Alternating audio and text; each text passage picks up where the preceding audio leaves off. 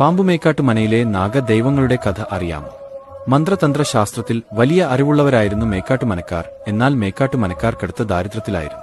അങ്ങനെ മനക്കിലെ മൂത്ത കാരണവർ ദാരിദ്ര്യം അകറ്റുവാനുള്ള വഴിക്കായി കൊടുങ്ങല്ലൂരിലെ ചരിത്രപ്രസിദ്ധമായ തിരുവഞ്ചിക്കുളത്തെ ക്ഷേത്രത്തിൽ ഒരു വ്യാഴവട്ടക്കാലം നീളുന്ന ഭജന ഇരിക്കുവാനായി തീരുമാനിച്ചു. അങ്ങനെ ഭജന ഇരിക്കൽ പൂർത്തിയാകുന്ന ഒരു ദിവസം രാവിലെ കുളിക്കുവാനായി പോയ കാരണവരുടെ മുന്നിൽ വാസുകി എന്ന സർപ്പരാജൻ മാണിക്യ കല്ലുമായി പ്രത്യക്ഷപ്പെടുകയും ഇഷ്ടമുള്ള വരം ചോദിക്കുവാനായി ആവശ്യപ്പെടുകയും ചെയ്തു. സർപ്പരാജന്റെ സാന്നിധ്യം എല്ലായ്പ്പോഴും മനക്കിൽ ഉണ്ടാവണം എന്നും തന്റെ ദാരിദ്ര്യ ദുഃഖത്തിന് ഒരു ശമനം ഉണ്ടാക്കിത്തരണം എന്നും കാരണവർ പ്രാർത്ഥിച്ചു. സർപ്പരാജൻ അപ്രകാരം വരം നൽകുകയും അതിനായി എന്തെല്ലാം ചെയ്യണം എന്നും പറഞ്ഞുകൊടുത്തു.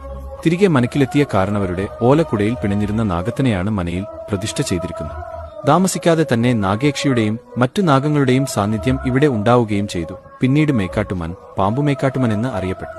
ഇന്നും ആ മാണിക്യ കല്ല് മനക്കിൽ ഉണ്ടെന്നാണ് വിശ്വാസം.